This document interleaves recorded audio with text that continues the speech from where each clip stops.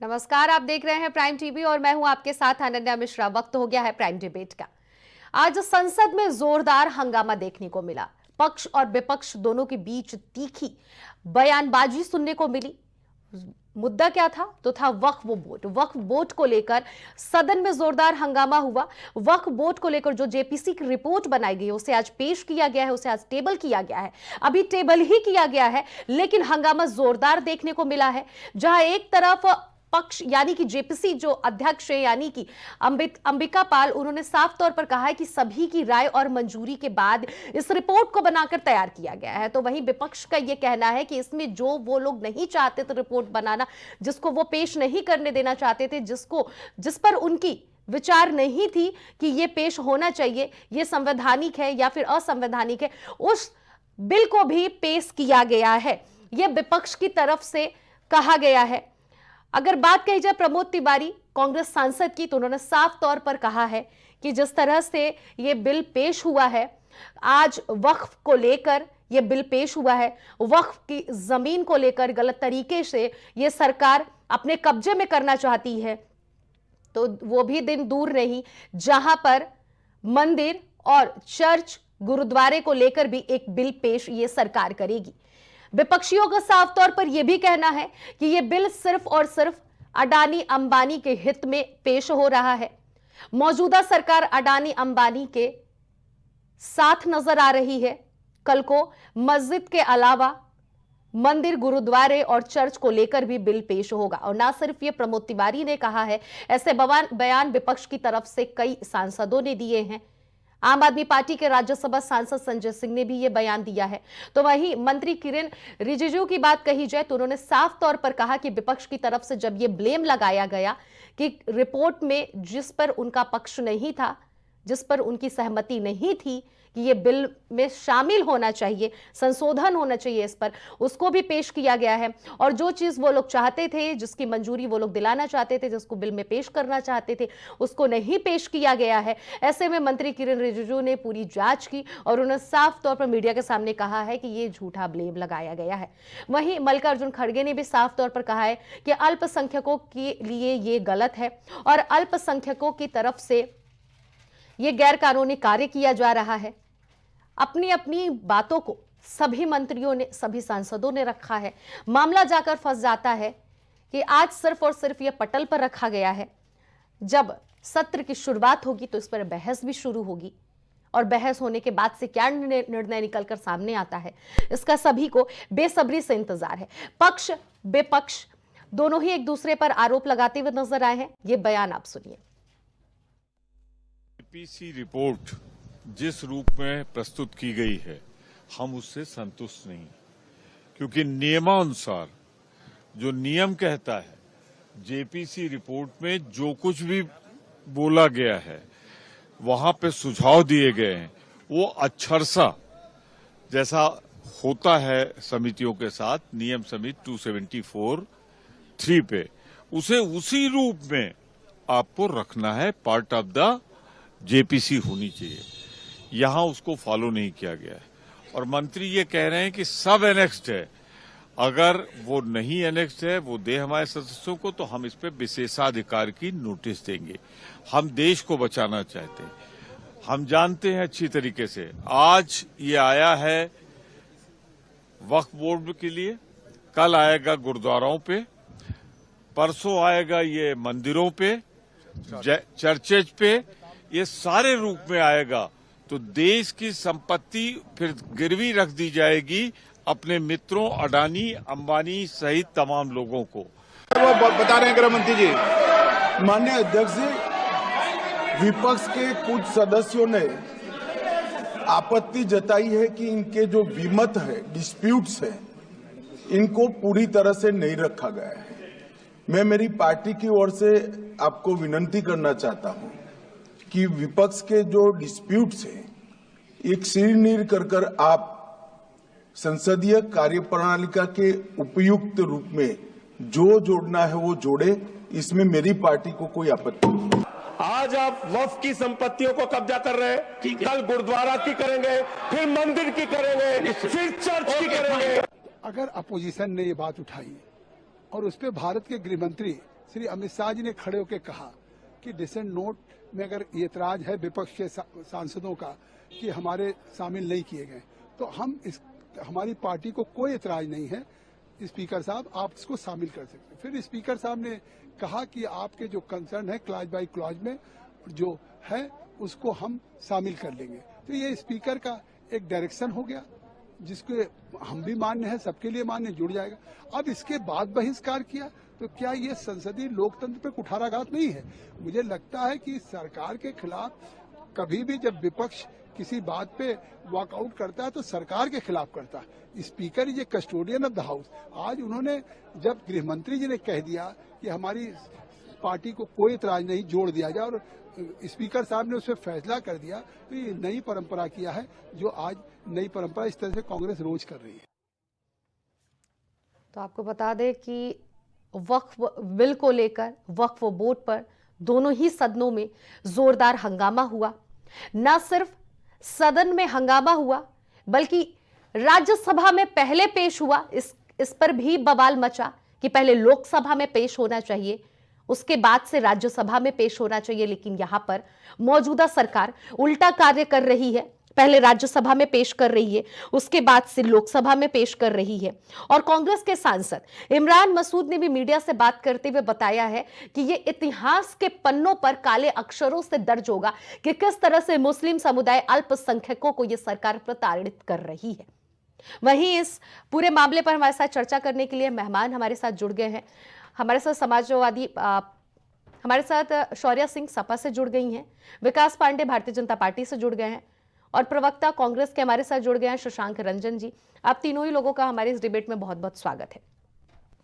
सबसे पहले तो विकास जी के पास जाएंगे। विकास जी, विपक्ष तो लगातार ये कह रहा है इस बिल को लेकर कि आप लोग असंवैधानिक बिल जो पेश हुआ है वो असंवैधानिक है, वो संविधान के हिसाब से नहीं है, गलत तरीके से है। डिसेंट नोट की भी बात कही जा रही है कि विपक्ष का जो डिसेंट नोट था उसे हटा दिया गया है। तमाम आरोप लग रहे हैं, उनके राय को आप लोग शामिल ही नहीं किए हैं इस बिल में। देखिए, बहुत बहुत धन्यवाद आपका। देखिए, जिस तरीके से विपक्ष लगातार इस तरीके की कोशिशें और फुटेज लेने का काम कर रहा है। अच्छा, एक बार पूछ लीजिए कि जिस देश के जब संविधान बनते समय सेकुलर जैसे शब्द जिस संविधान में नहीं थे, उन्हें जोड़ने वालों ने ही सबसे पहले सेकुलरिज्म की धज्जियां उड़ाई। क्यों लेकर के आए थे ये वक्फ एक्ट? जरा ये बताएं एक बार मुझे। कांग्रेस पार्टी के साथी हमारे और समाजवादी पार्टी के साथी इंडी गठबंधन के नेता, जब सेकुलर ये देश है तो कैसे इस तरीके का प्रावधान लेकर के आए? क्योंकि सेकुलर शब्द जोड़ने का काम भी इन्हीं लोगों ने किया और उसी संविधान की धज्जियां उड़ाने का काम भी अनन्या जी इन्हीं लोगों ने किया। तो अपने गिरेबान में ना झांकना पड़े इसलिए तमाम तरीके की बातें कर रहे हैं। जरा पूछिए इन्हें कि वक्फ बोर्ड एक्ट बना करके वक्फ बोर्ड एक्ट लाया गया 1954 में। अनन्या जी, किसकी सरकार थी इस देश में? किसकी सरकार थी? कांग्रेस पार्टी की सरकार थी। वक्फ बोर्ड एक्ट में 1995 में संशोधन किया गया। किसकी सरकार थी इस देश में? कांग्रेस पार्टी की सरकार थी। वक्फ बोर्ड एक्ट में 2013 में संशोधन करके असीमित शक्तियां दे दी गई। किसकी सरकार थी इस देश में? कांग्रेस पार्टी की सरकार थी। विशुद्ध रूप से आप समझ लीजिए कि वक्फ बोर्ड जैसे एक्ट को बढ़ावा दे करके तुष्टीकरण की राजनीति को बढ़ावा देने का काम जो कांग्रेस पार्टी करती चली आ रही थी, उसकी इतिश्री करने का ये वक्त है। आखिर आप लोगों को इतना डर क्यों लग रहा है कि अगर महिलाओं की भागीदारी वक्फ बोर्ड में बढ़ जाएगी तो क्या दिक्कत हो जाएगी? अगर वक्फ की प्रॉपर्टियों का वेरिफिकेशन होने लगेगा तो क्या दिक्कत हो जाएगी आपको? वक्फ बोर्ड में जब एक बेचारा असहाय जिसकी संपत्ति को वक्फ बोर्ड अपना डिक्लेयर कर देता है, उनके विचारों को आप लोग क्यों नहीं शामिल कर रहे हैं? उन लोग का तो ये भी कहना है कि उन लोग का जो विचार है उसको शामिल ही नहीं किया गया है, उस बिल से हटा दिया गया है। जो रिपोर्ट आज जो नोट पेश हुई है, जो पटल पे रखी गई है, उसमें उन लोगों की जो सहमति जिस पर थी वो तो है ही नहीं। देखिए, पहली चीज, उनके जो भी सुझाव थे, जो भी उनकी आपत्तियां थी, उनको एनेक्सर में शामिल किया गया है। ये बात देश की संसद में किरण रिजिजू ने स्पष्ट रूप से कही है, जो संसद में दिया गया वक्तव्य, इस देश को गुमराह करने की कोशिश ना करे विपक्ष। ये मेरा आग्रह है। ओवैसी की राह पर, अनन्या जी बड़ी बात है, आज ओवैसी की राह पर पूरा विपक्ष चल रहा है। ओवैसी को अपना रोल मॉडल मान करके ये पूरा विपक्ष आज काम कर रहा है। ठीक है, शौर्य जी इसका जवाब देंगी। शौर्य जी, मैं आपसे जवाब लेना चाहूंगी। जिस तरह से तमाम आरोप विपक्षियों पर विकास पांडे ने लगाया और आप लोगों की तरफ से भी ये कहा गया है कि जो अल्पसंख्यक हैं उनके लिए ये गलत हो रहा है, उनके हित में ये बिल नहीं पेश हो रहा है, इस पर आपका क्या जवाब होगा? देखिए, बहुत बहुत धन्यवाद। सबसे बड़ी बात, सबसे पहले हम ये कहेंगे कि इन्होंने सेक्युलरिज्म का जो है इल्जाम लगाया है, तो सबसे पहले इनको हम जवाब देंगे कि भारतीय जनता पार्टी जो है वो सामंती पार्टी है, जो जिसे हम कहते हैं ना सामंतवादी हैं ये लोग, जो लोग जमीनों पे शासन करना चाहते हैं, लोगों पे शासन करना चाहते हैं। और आज हमारे जो एक अल्पसंख्यक हैं, आप उनकी जमीनों पे भी आज राज करके, और जैसे अभी आपने सुनाया कि अडानी अंबानी को ये लोग बाद में बेच देंगे उन जमीनों को भी, तो ये बिल्कुल सही बात है। और हम ये कहते हैं कि आज आपने किस बात का बदला लिया है? जो एक स्टेटमेंट आया कि वहां पे कुंभ की जो जमीन है वो भी वक्फ बोर्ड की जमीन है, क्या उस पे ये उसकी वजह से ये जो है ये चीजें सामने आई क्या ये उन लोगों को अब ये दर्शाना पड़ेगा कि हम कितने धार्मिक हैं?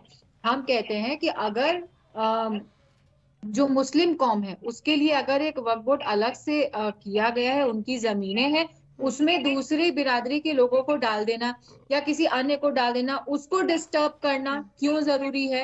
अरे हम कहते हैं कि जिस तरीके से आपने कुंभ में मुसलमानों को एंट्री बंद कर दी, तो मुसलमान की जो चीजें हैं हमारे मुस्लिम भाइयों की, आप उसमें हिंदुओं को क्यों डाल रहे हैं? उनका जो एक पैटर्न चला आ रहा है उसको उसी तरह चलने दीजिए। हमेशा जो अल्पसंख्यक है उन्हीं को आप क्यों परेशान करते हैं? सबसे बड़ा सवाल तो ये है। ठीक है, अब मैं तो ये सामंतवादी सरकार है, ये सरकार शासन करना चाहती है गरीबों के ऊपर, उन लोगों के ऊपर। ये हमेशा से जो एक कहते हैं, इन्होंने अपनी एक अलग विचारधारा और अलग एक सनातन का तिरंगा झंडा लिए ये चल रहे हैं। कितने ये खुद सनातनी है, ये खुद जानते हैं। जो तिरंगा नहीं धोते हैं, तिरंगा तक नहीं की इज्जत करते हैं, ये वो सामंतवादी है। ठीक है, जवाब दीजिए विकास जी, उसके बाद से शशांक जी के पास भी मैं जाऊंगी।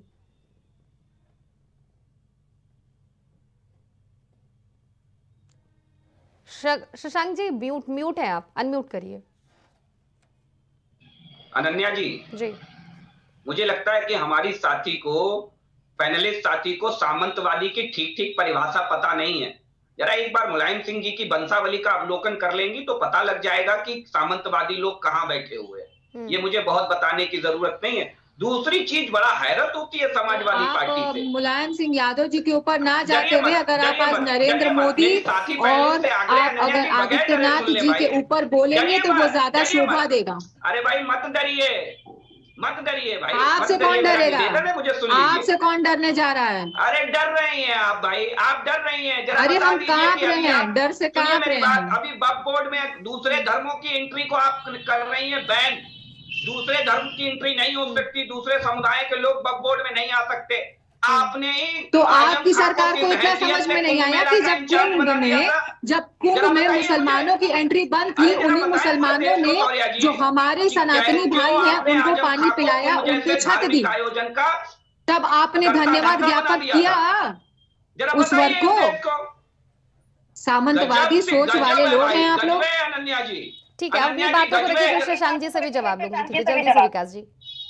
देखिए अनन्या जी, इनकी नियत में खोट है और तुष्टीकरण की राजनीति इन दलों की राजनीति का आधार है। जरा इनसे पूछिए कि वक्फ बोर्ड की वकालत करने वालों से ये पूछिए कि बर्सिप एक्ट क्यों लेकर के आए थे। जरा पूछिए।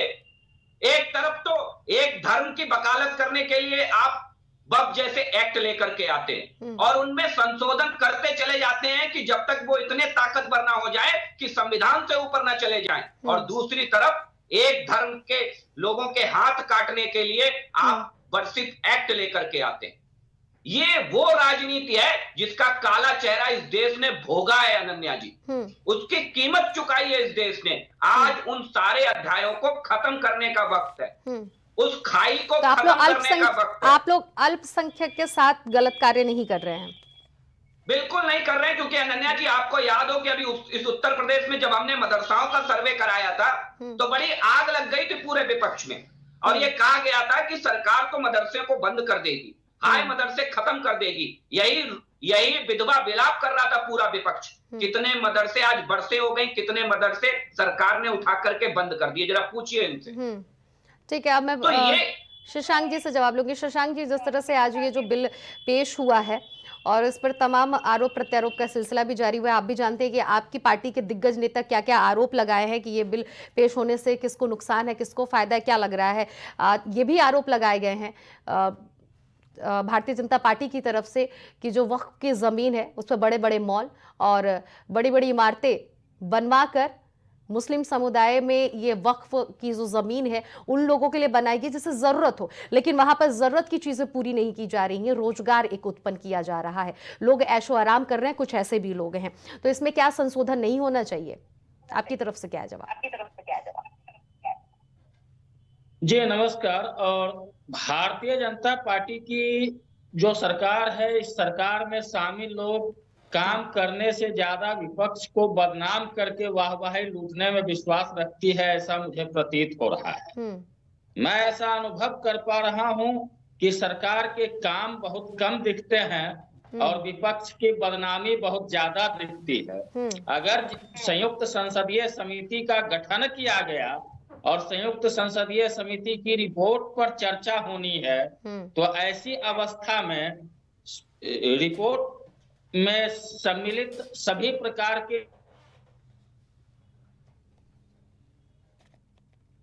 आपत्ति क्यों हो रही है? सरकार तो भारतीय जनता पार्टी की है और सरकार पूर्ण बहुमत में है। सरकार पूर्ण बहुमत में है, तो जब सरकार पूर्ण बहुमत में है, किसी प्रकार से जो है समस्या है ही नहीं, तो इस पर जो है खुली बहस करवा लेनी चाहिए कि विपक्ष ने किन बिंदुओं को रखा, विपक्ष की क्या मंशा है, सरकार की क्या मंशा है, और दोनों पक्षों की बात को सदन के माध्यम से देश की जनता तक पहुंचाने की आवश्यकता है, जिससे जनता भी यह समझ सके कि सत्ता पक्ष क्या कर रही है और विपक्ष क्या कर रही है, ताकि जनता भी समय पर उचित निर्णय ले सके। यहाँ पर आरोप प्रत्यारोप से बचते हुए इन मुद्दों को जनता तक पहुंचाने का काम किया जाना चाहिए। शशांक जी, आप लगातार ये बात करें कि बहस कर लेनी चाहिए, बातों को सामने रख देना चाहिए, लेकिन आप लोगों की तरफ से जो हंगामा किया गया और जो तमाम जो आरोप लगाए गए, उसके बाद से अमित शाह ने संसद में खड़े होकर ये बात कहा कि अगर इन लोगों को जो लगता है कि जो चीजें इन लोगों की शामिल नहीं की गई है, नोट नहीं शामिल किया गया, डिसेंट नोट, उसे हम शामिल फिर से कर लेते हैं। उसके बाद से चीजें फिर से सुदृढ़ रूप से चलती आई, उसके बाद से क्या दिक्कत आ गई? कर लिया जाए, उसके बाद फिर दिक्कतें नहीं होगी। पहले शामिल तो कर लिया जाए, सिर्फ आश्वासन देने से तो नहीं होता है ना। तो जब शामिल करके प्रस्तुत किया जाएगा तब जो है विपक्ष से सवाल किया जाएगा कि जो है अब हम लोगों को क्यों परेशानी हो रही है। तो जब तक शामिल नहीं किया जाता है तब तक किसी प्रकार का सवाल करना उचित नहीं है। जवाब दीजिए विकास जी, आपसे ही जवाब लूंगी क्योंकि सारी चीजें आप ही लोग पे ऊपर ब्लेम आ रही है। जो 14 विल है जिसपे 14 मामलों पे जो संशोधन हो रहा है, उसमें क्या इन लोगों की पार्टी की तरफ से जितने भी लोग मौजूद थे, विपक्ष की तरफ से जितने भी नेता मौजूद थे, क्या उन लोगों की गैर मौजूदगी में ये संशोधन किया गया और फिर फाइनली ये बिल बनाकर आज पेश किया गया है? देखिए, बहुमत के साथ जेपीसी की रिपोर्ट पारित हुई है। यह आपके मीडिया चैनल्स में भी चला है, सारे मीडिया चैनल्स में चला है। अब दिक्कत यह है कि आज जिनकी राजनीतिक आधार है, मैं फिर कहता हूं आपसे, ये छोटी बात नहीं है, उन्हें अपनी राजनीतिक रोटियां सेकनी है भाई। उन्हें कैसे पता लगेगा कि ये मुस्लिमों के बहुत बड़े रहनुमा हैं, उस वर्ग की बड़ी रहनुमाई करते हैं? अरे भाई, इनसे पूछिए कि ट्रिपल तलाक को जब हम तिलांजलि दे रहे थे तो इतना ही दर्द इनके पेट में हो रहा था। जब हम मदरसों का आधुनिकीकरण करने की पहल कर रहे थे तब इतना ही दर्द इनके पेट में हो रहा था। और ठीक उतना ही दर्द आज जब वक्फ बोर्ड में उपलब्ध कुरीतियों को देखिए। वक्फ बोर्ड में आज माफियाओं का कब्जा है, भू माफियाओं ने वक्फ बोर्ड को अपने कब्जे में ले रखा है। जिस उद्देश्य से वक्फ बोर्ड का गठन किया गया, क्या वो एक सामान्य मुसलमान से पूछ करके देखिए, क्या वो उद्देश्य आज पूरा हो रहा है? माफियाओं के हाथ का कठपुतली बन के रह गया है वक्फ बोर्ड। और ऐसे वक्फ बोर्ड में अगर हम संशोधन करके महिलाओं की भागीदारी हो, चाहे ट्रिब्यूनल के द्वारा उसकी सुनवाई की भागीदारी हो, और चाहे तमाम ऐसी चीजें हैं जिनसे वक्फ बोर्ड का व्यापक उपयोग किया जा सके, जिस उद्देश्य के लिए वक्फ बोर्ड का गठन हुआ था वो उद्देश्य पूरा किया जा सके। अमित शाह जी ने संसद के अंदर ये कहा था कि अगर किसी ऐसे सुझाव के विपक्ष का कोई सुझाव है जिसे कि सम्मानित सभापति जी शामिल करना चाहते हैं तो कर सकते हैं, सरकार को कोई आपत्ति नहीं। ये बाकायदा संसद में कहा गया। और उसके बाद भी ओवैसी का चेहरा ओढ़ करके आप ओवैसी की राजनीति को आगे बढ़ाने का काम आज समाजवादी पार्टियों, कांग्रेस पार्टियों जैसे दल कर रहे हैं। ये बड़ा दुखद है, ये छोटी बात नहीं है। अनन्या जी जरा दिल पर हाथ रख के सोच करके देखिए कि देश के संविधान निर्माताओं पे क्या गुजरी होगी जब वक्फ बोर्ड जैसे कानून ला करके ओवैसी भी तो अपने धर्म को लेकर चलते हैं, फिर इसमें क्या कमी है, क्या गलती है? ओवैसी में क्या ऐसी कमी दिख रही है आपको? ओवैसी भी तो अपने धर्म को लेकर चलते हैं, वो भी तो सारे पॉइंट्स रखते हैं, क्या सही है क्या गलत है। देखिए, उनके और सही गलत का चश्मा वहीं खत्म हो जाता है जहां उनके भाईजान कहते हैं कि 15 मिनट के लिए इस देश से पुलिस को हटा लीजिए, फिर देखिए होता है क्या। तो उनके तो मंशा उसी दिन स्पष्ट हो जाती है। ये किसी से छुपा नहीं है कि वो किसे लेकर के चलते हैं। अगर वो इतना ही लेकर के चलते हैं तो हिजाब जैसे मुद्दों पर वो जाकर के क्यों अपने धर्म को, शरिया को आगे कर देते हैं। मुझे लगता है कि इस देश की आम महिला को, चाहे वो किसी धर्म की हो, उसे इस देश में स्वच्छंद होकर के जीने का अधिकार है और इस देश की मुख्य धारा में शामिल होने का अधिकार है। क्यों उससे वंचित किया जा रहा है? देश के संविधान ने तो यह भेदभाव कभी नहीं किया था। क्या किया था अनन्या जी? जरा पूछिए हमारे साथियों से। फिर आखिर ऐसी कौन सी जरूरत आन पड़ती है कि आप वर्शिप एक्ट ला करके विशेष धर्म के ऊपर कुठाराघात करने का काम करते हैं? चाहे आप HR और CE एक्ट ला करके हिंदू मंदिरों पर सरकारी आधिपत्य स्थापित कर देते हैं, लेकिन एक तरफ आप वक्फ ला करके किसी भी संपत्ति को, क्या आप जानती हैं अनन्या जी, 2013 संशोधन से पहले वक्फ को केवल 4 लाख एकड़ जमीन थी वक्फ के पास, 2013 संशोधन से पहले। और 2013 संशोधन के बाद आज 2022 में 9 लाख एकड़ जमीन है उस वक्फ बोर्ड के पास, 9 लाख एकड़। ये संशोधन क्या इसीलिए किए गए थे कि एक भूमाफिया, सरकारी भूमाफिया डेवलप कर दिया जाए, एक बोर्ड को भूमाफिया बना दिया जाए। ये सबसे बड़ा सवाल है जो कांग्रेस पार्टी से हमेशा होता रहेगा। शशांक जी, इसका जवाब दीजिए, क्या महिलाओं की एंट्री होना गलत है? महिला अगर उस कमेटी में शामिल हो जा रही हैं, वक्फ जो बिल है, वक्फ बोर्ड है, अगर उसमें उनकी शामिल मौजूदगी करा दी जा रही है, मौजूदा सरकार इस बिल में संशोधन जो करे उसमें महिलाओं को लेकर भी उन्होंने पेश किया है बिल में, तो उसमें क्या गलत है, आप बताइए। देखिए, भारतीय संविधान पुरुष हो महिला हो दोनों को समता का अधिकार देती है। संविधान ना तो लिंग भेद करती है, ना संप्रदाय भेद करती है और ना ही जाति भेद करती है। और अगर संविधान समता का अधिकार देती है तो समता के अधिकार के तहत सभी प्रकार के लोगों को सभी स्थानों पर समान अधिकार से सम्मिलित होने का अवसर प्राप्त होना चाहिए। लेकिन सिर्फ यही एक बिंदु तो नहीं है विरोध का।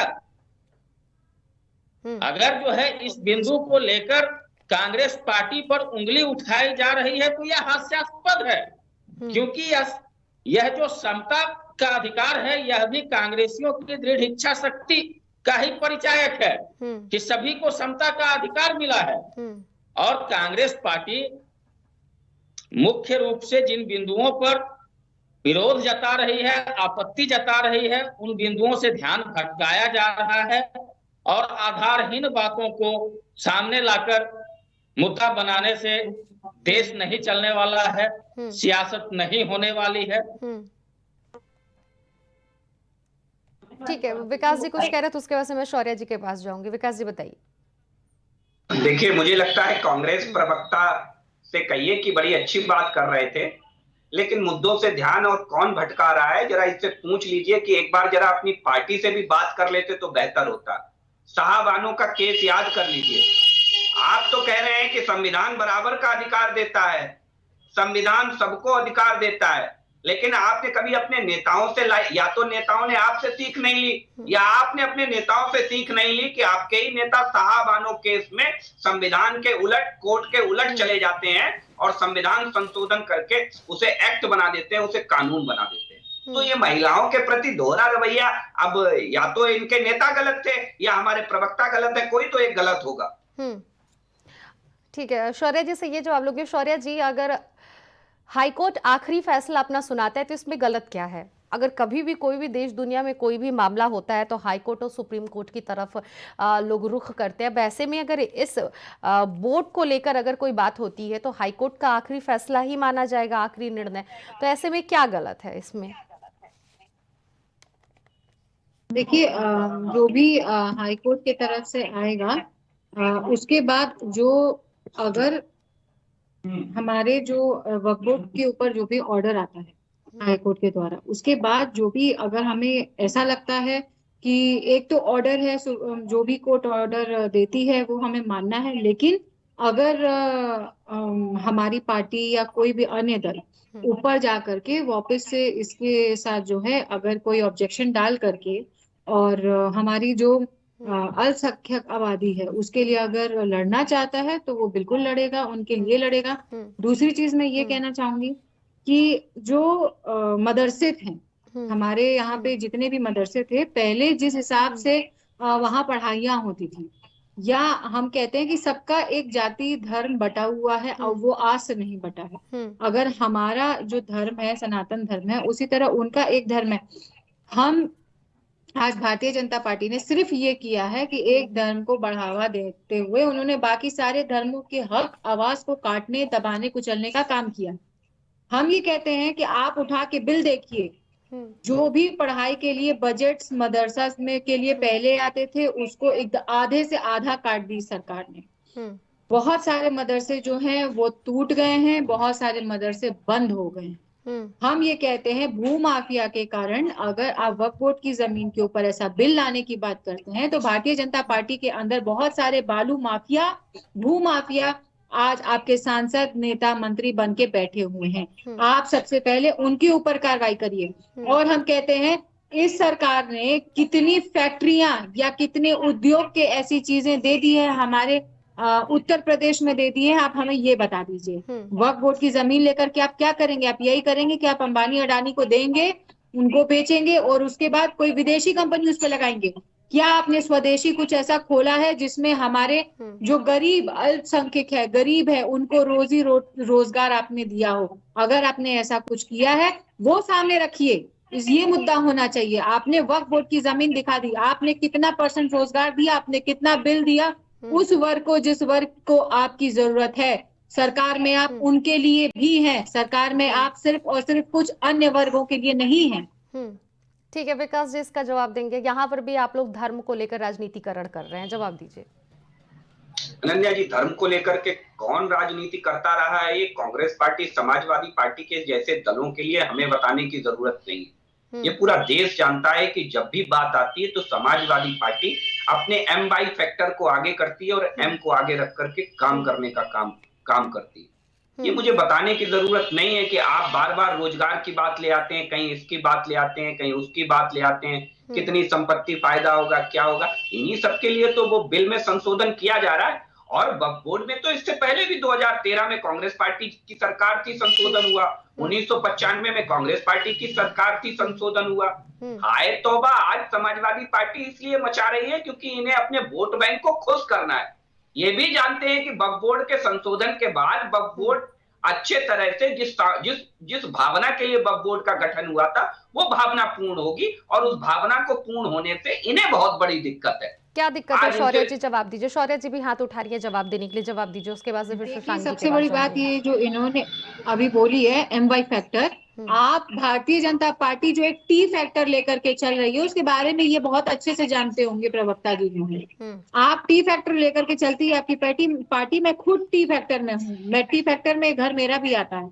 आप जरा हमें ये बता दीजिएगा भारतीय जनता पार्टी ने उस T फैक्टर के लिए क्या किया है, जो जनरल बिरादरी है उसके लिए क्या किया। आपने ठाकुर पंडित आपने जो जनरल हमारे समाज की बिरादरी है, आपने उसके लिए क्या किया है? कौन से अलग नियम कानून आपने लिया दिए? आप हमें बस इतना ही बता दीजिए ना, बाकी आप समाज चुप रहिए और बोलने दीजिए। आप बोलते हैं ये वो वर्ग है, ये एक मिनट, ये वो वर्ग है जिसको हमेशा आप लोगों ने हीन भावना से देखा है। उसके बाद मंडल कमीशन में कौन था? मंडल कमीशन में आप थे, जिस खमंडल में और मंडल लेकर के आप कमल का घूम रहे हैं। भूलिएगा मत कि आपने क्या किया है उस वर्ग के साथ में जो शोषित है, वंचित है, हर चीज से पीड़ित है। आपने हमेशा उस वर्ग को दबाने की कोशिश की है। आप ठाकुर फैक्टर लेकर के चलते, क्या किया है आपने ठाकुरों के लिए? आप बस इतना हमें बताइए। कुंभ में जो हुआ सनातनियों के साथ, उसका जवाब कौन देगा? आज तक आंकड़े सामने आए? शर्म आनी चाहिए आपको। जवाब दीजिए विकास जी जल्दी से, फिर मैं सीधे शशांक जी के पास जाऊंगी। मुझे लग रहा है कि शर्म जो है वो हमारी बहन और साथी पैनलिस्ट को आ नहीं रही है, आएगी भी नहीं, क्योंकि वो समाजवादी पार्टी से बिलोंग करती हैं और समाजवादी पार्टी के लोगों को शर्म छू करके भी नहीं गुजरी है। जरा इनसे पूछ लीजिए।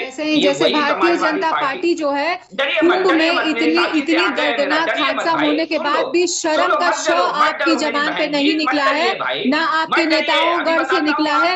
ये वो बेशरम भारतीय जनता पार्टी है जिसके प्रवक्ता आप बैठे हैं। मसीहा बहन मायावती जी इस बात का उदाहरण है कि जब समाजवादी पार्टी को मौका मिला तो उनकी इज्जत तार-तार करने का काम समाजवादी पार्टी ने किया।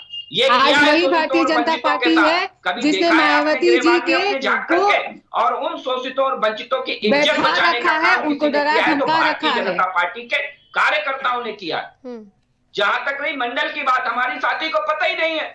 मंडल आयोग की सिफारिशें जिस सरकार में लागू हुई, उस सरकार का हिस्सा भारतीय जनता पार्टी थी, ना कि कांग्रेस पार्टी थी उस सरकार का हिस्सा। और आज आप जिस इंडी गठबंधन का हिस्सा है वो उसका हिस्सा नहीं थे। हम ईडब्ल्यूएस आरक्षण लेकर के आए अनन्या जी, उस वर्ग के लिए भी जिस वर्ग को निशाना बनाने का काम अभी हमारी साथी कर रही थी। कभी चिंता की आपने उस वर्ग की?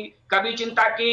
कभी पूछा आपने सैफई वाले राजकुमारों से कि जब सिपाही भर्ती की लिस्ट आती थी तो उसमें क्यों एक वर्ग के नाम होते थे? तब ना उसमें टी होता था, ना बी होता था, ना एस होता था, ना वाई ना ई होता था, तब कुछ होता था? इसका जवाब मैं शौर्य जी से लूंगी, उससे पहले मैं जाऊंगी शशांक जी के पास। शशांक जी, लगातार भारतीय जनता पार्टी के जो प्रवक्ता हमारे साथ जुड़े हुए आकाश जी की तरफ से आरोप लगाई जा रही है कि 1954 में किसकी सरकार थी? तो कांग्रेस पार्टी की सरकार थी। और अगर वक्फ बोर्ड बनाया भी गया तो उस वक्त किसकी सरकार थी? आपकी सरकार थी। तो फिर उस वक्त ही बहुत सारे ऐसे गैर कानूनी जो कार्य हैं जो उस वक्त इस बोर्ड में शामिल किए गए और इस बिल में शामिल किए गए, इस पर क्या आपका जवाब होगा? आपकी सरकार को लेकर तमाम सवाल खड़े किए जा रहे हैं। जब यह विधेयक लाया गया था और जब यह कानून का रूप लिया, तब जो है जिन बिंदुओं पर चर्चा हो रही थी, अकेले सरकार ने तो अपनी इच्छा से पारित नहीं कर दिया होगा। जिस प्रकार से आज विपक्ष में कांग्रेस है, उस समय भी विपक्ष में जनसंघ और लेफ्ट जैसी पार्टियां थी।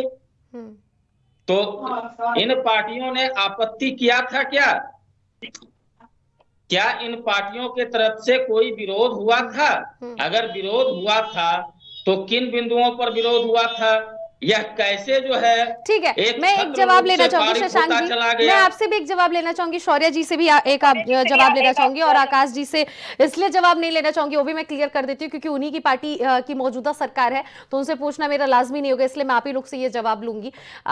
सबसे पहले तो आपसे ये पूछना चाहूंगी कि वक्फ बोर्ड जो ये बिल पेश हो रहा है, जो पटल पे रखा गया है, इसमें कौन कौन से ऐसे नियम है, कौन कौन से ऐसे कानून बनाए गए हैं जो लग रहा है कि गलत तरीके से पेश किए जा रहे हैं और गलत है? किसको रखना चाहिए और किसको हटाना चाहिए? आप ही जवाब पहले मुझे दीजिए और सिम यही सवाल मैं शौर्य जी से भी दोहराऊंगी। ठीक है, पहले आप जवाब दे दीजिए शशांक जी।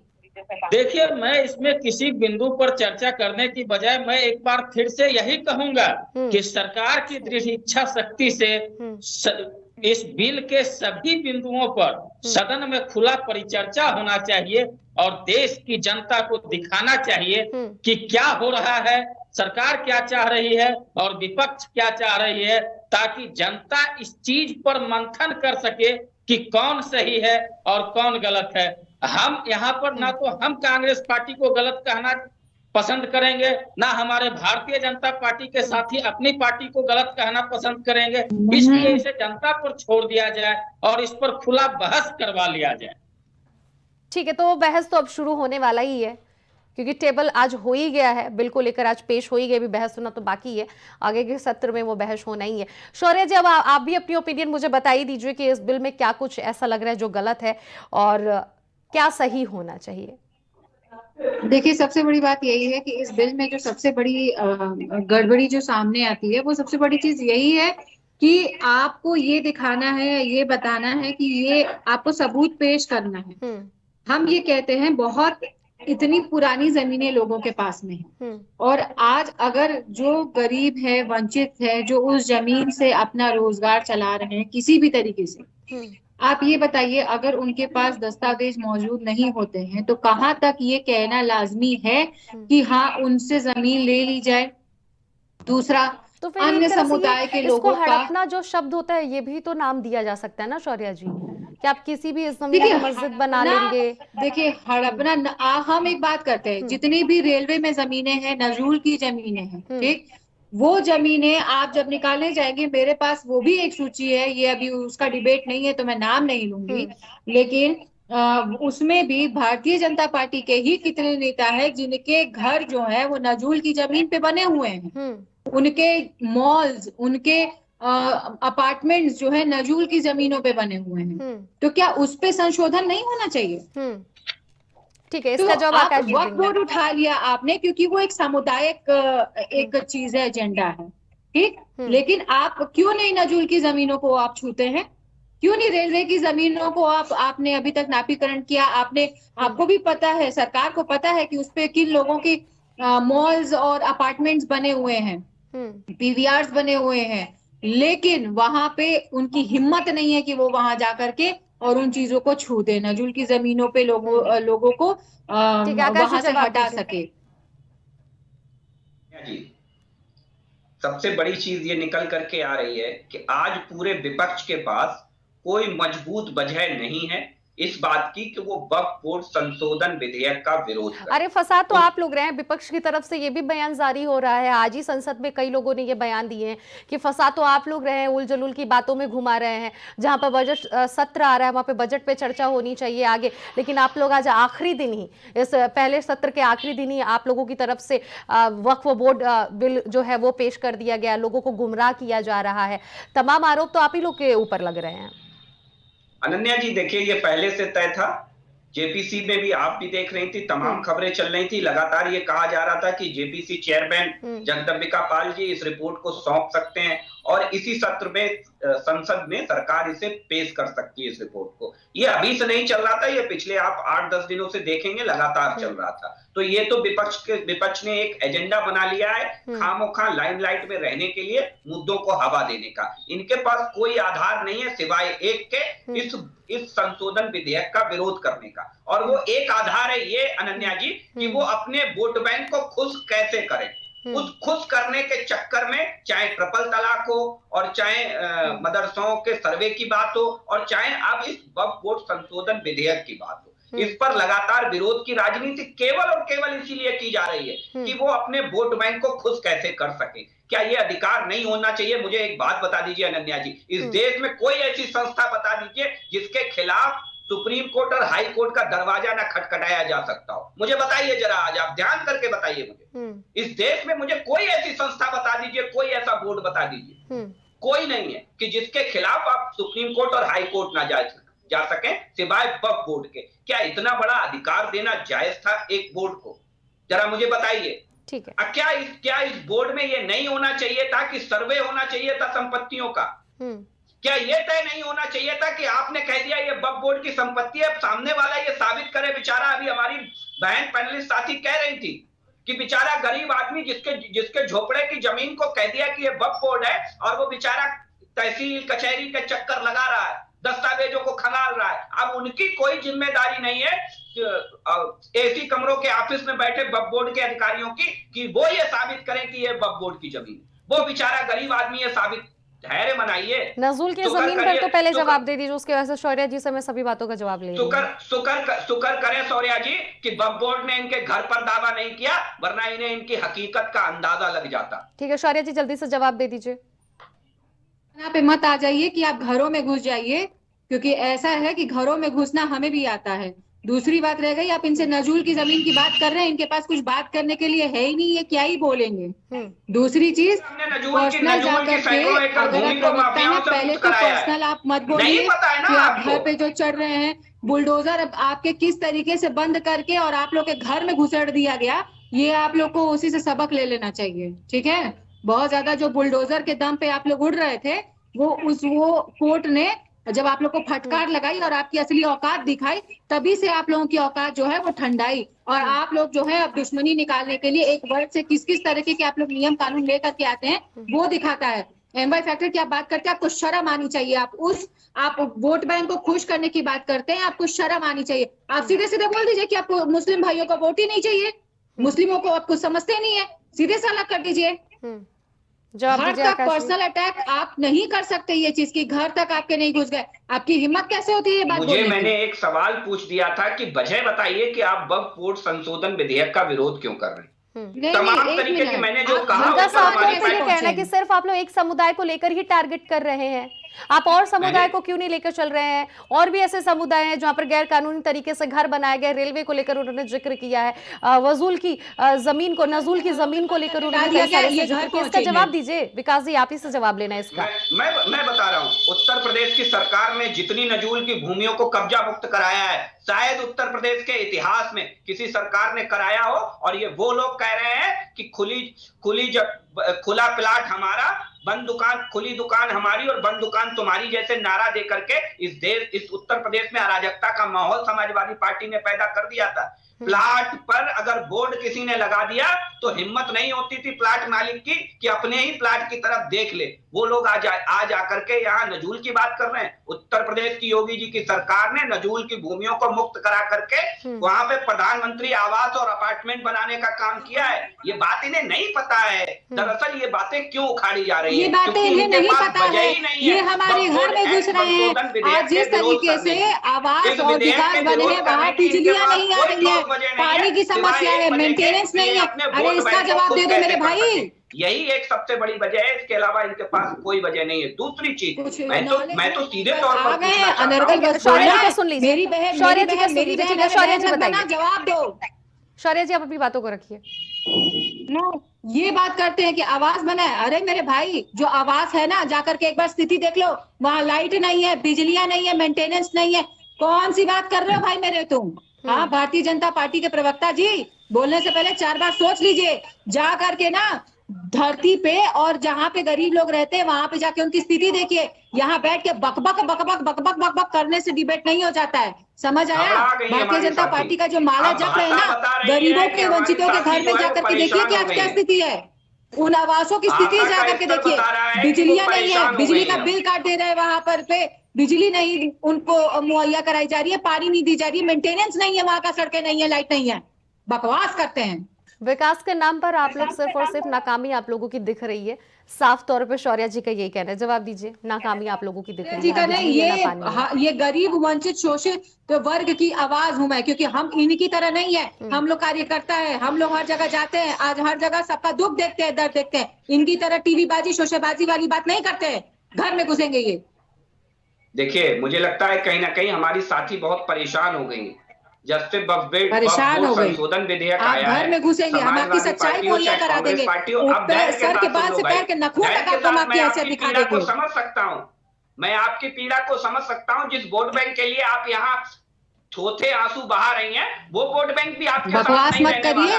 क्योंकि जब शशांक जी से लेते वोट बैंक के लिए ये राजनीतिकरण हो रहा है, वक्फ बोर्ड को लेकर वक्फ बिल पेश करके। शशांक जी, जवाब दीजिए, ये सिर्फ और सिर्फ वोट के लिए एक राजनीतिकरण हो रही है? देखिए, भारतीय जनता पार्टी की तो मंशा हमेशा से स्पष्ट रही है कि वे वोट के लिए जो है मुद्दों को भटकाए रखती है। जो असली मुद्दा होना चाहिए, जिन मुद्दों पर सही मायने में चर्चा होनी चाहिए, उन मुद्दों पर कभी चर्चा नहीं होती है और इधर उधर की बातों को करके सिर्फ जो है लोकप्रियता कायम रखने का प्रयास किया जाता है और यह कहा जाता है कि हमारी सरकार काम नहीं कर रही है तो हमें सत्ता बार बार कैसे मिल रही है। सरकार में शामिल लोग सिर्फ जो है अपनी लोकप्रियता को बरकरार रखने के लिए मुद्दे से हटकर कुछ से कुछ मुद्दे बनाते रहते हैं, जिसकी कोई प्रासंगिकता विशेष रूप से अगर देखी जाए तो नहीं रह जाता है, जिससे कि जो है आम जनमानस का ध्यान भटका रहे और सियासी रोटियां सेकी जाती रहे। सियासी रोटियां सेकने के लिए ये वक्फ बिल पेश किया जा रहा है। विकास जी देखिए अनन्या जी, प्रासंगिकता क्या होती है मैंने बताया कि 1954 में वक्फ बोर्ड एक्ट ला करके कांग्रेस पार्टी कौन सी प्रासंगिकता सिद्ध कर रही थी, ये बताए कांग्रेस पार्टी बताए कि 1995 में उसमें संशोधन करके नए अधिकार जोड़ने का काम जिस पार्टी ने किया वो कौन सी प्रासंगिकता सिद्ध करना चाहती। कांग्रेस पार्टी बताए कि शाहबानो केस में सुप्रीम कोर्ट के फैसले को पलट करके कौन सी प्रासंगिकता कांग्रेस पार्टी सेट करना चाहती थी बताए। 2013 में वक्फ बोर्ड की जो संपत्ति थी वो 4 लाख एकड़ थी और 2013 संशोधन जो कांग्रेस पार्टी ने किया वक्फ बोर्ड में और असीमित शक्तियां वक्फ बोर्ड को दे दी, उसके बाद आज वक्फ बोर्ड की संपत्ति 9 लाख एकड़ हो गई है, 9 लाख एकड़। तो उससे कौन सी प्रासंगिकता कांग्रेस पार्टी की सेट हो रही थी ये बताए कांग्रेस पार्टी। अलबत्ता एक चीज और बता दे, जरा मुझे बता दे कि वर्शिप एक्ट जैसा कानून ला करके आप कौन सी प्रासंगिकता सेट कर रहे थे, हिंदुओं पर कुठाराघात करने का काम कर रहे थे, वो कौन सी प्रासंगिकता सेट कर रही थी कांग्रेस पार्टी ये बताए। ये जो दोहरी राजनीति का कालम कांग्रेस पार्टी ने डे 1 से सेट कर रखा है, ये उसका परिणाम है आज अनन्या जी कि इन दलों को हाशिए पर पहुंचा दिया। नरेंद्र मोदी जी ने जब प्रधानमंत्री आवास दिए तो आपको जान करके हैरानी होगी, उत्तर प्रदेश में कुल मिले आवासों का 30% हिस्सा अल्पसंख्यक जिस वोट बैंक की राजनीति ये करते हैं उन्हें घर देने का काम नरेंद्र मोदी जी की सरकार ने किया। 30% हिस्सा है उनका, 30%।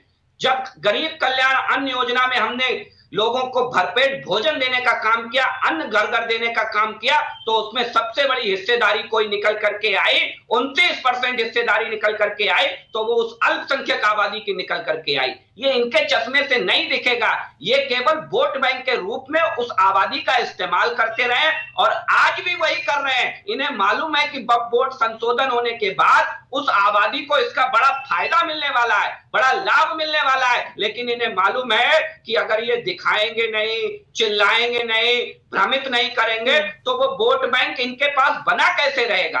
यही बड़ी इनकी राजनीति ये सवाल का तो आधार आप पे भी खड़ा होता है ना, आपकी पार्टी पे भी ये सवाल खड़ा होता है, जो आप इन लोगों पे सवाल खड़ा कर रहे हैं कि वोट बैंक हासिल करने के लिए, तो आप भी कहीं हिंदू पक्ष से वोट बैंक हासिल करने के लिए रणनीति अपना रहे हैं। ये सवाल आप पे भी खड़ा होता है। अगर ये वोट को लेकर ही ये राजनीति हो रही है, संसद में बिल पेश हो रहा है, तो फिर ये आप लोगों पे भी लागू होता है। अनन्या जी, अगर हम राजनीति कर रहे होते, नंबर 1 बात, अगर हम राजनीति कर रहे होते तो हम ट्रिपल तलाक जैसा कानून ला करके उन महिलाओं को अधिकार देने का काम नहीं करते जिनके लिए ये कहा जाता है कि वो भाजपा को वोट नहीं करती। हमने उन्हें अधिकार देने का काम किया। हम उन्हें अधिकार देने के लिए वक्फ बोर्ड में संशोधन नहीं करके महिलाओं को नहीं जोड़ रहे होते जो हमें वोट नहीं देते, ऐसा प्रचारित किया जाता है। लेकिन भारतीय जनता पार्टी, ये है ही सवाल तो निश्चित रूप से यही है कि आधा गिलास भरा और आधा खाली, और ये खाली की चर्चा करके उस वर्ग को केवल गुमराह करना चाहते हैं और अपने वोट बैंक को सहेज करके रखना चाहते हैं, जिसका बैनामा इन्होंने 1954 में लिखाया था कांग्रेस पार्टी और समाजवादी पार्टी। इसका जवाब मैं ले लेती हूँ शशांक जी, इसका जवाब दीजिए। तमाम आरोप आपकी पार्टी पर लगा है और तमाम ब्लेम भी लगा है वोट बैंक को लेकर, जल्दी से जवाब दीजिए। कांग्रेस पार्टी कभी वोट बैंक की राजनीति नहीं करती है। कांग्रेस पार्टी सबको साथ लेकर चलने वाली सद्भावना से युक्त राजनीतिक दल है, जिसका एक ही उद्देश्य है राष्ट्रवाद। और हमारी पार्टी जब चुनावी समर में प्रचार करती है तो वहां पर राष्ट्रवाद हमारा नारा होता है। हमारे किसी भी नेताओं के निवेदन है आपसे, मुझे मत बोलने दीजिएगा।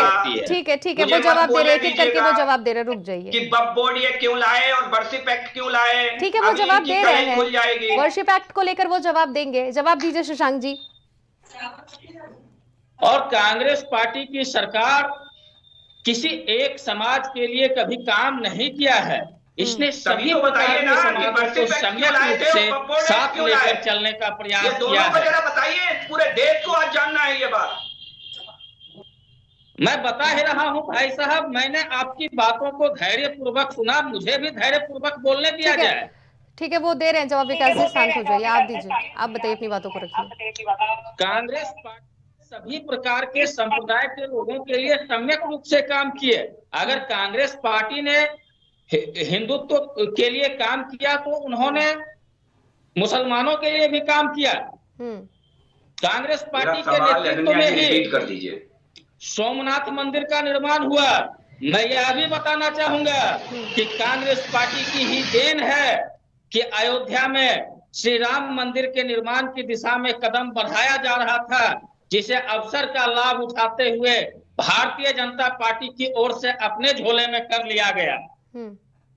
ठीक है, तो मैं फिर से यही कहता हूं कि कांग्रेस पार्टी ने सभी प्रकार के लोगों का साथ लेकर चलने का प्रयास किया, किसी एक समाज को लेकर नहीं। और आज भी कांग्रेस पार्टी सभी प्रकार के लोगों को साथ लेकर चलने में विश्वास रखती है। ठीक है, मैं ये जवाब शौर्य जी से भी लूंगी। शौर्य जी, क्या ये वोट बैंक के लिए हो रहा है? इसका जवाब भी दे दीजिए एक लाइन में जल्दी से। सबसे बड़ी बात हम यही कहेंगे कि भारतीय जनता पार्टी की जो बौखलाहट है वो हमें समझ में आ रही है। ये हमें बौखलाहट कर रहे हैं, खुदे बौखलाए बैठे हैं और ये वोट बैंक कर रहे हैं। और ये इन्होंने एक अभी स्टेटमेंट दिया है कि हम राजनीति नहीं करते हैं। तो ये सब क्या चल रहा है? ये क्या खिचड़ी पुआ पक रही है? बोलने से पहले सोच लीजिए सर कि क्या बोल रहे हैं। और क्या आपके पास वोट बैंक नहीं है? बिना वोट बैंक के ही चुनाव जीत रहे हैं आप।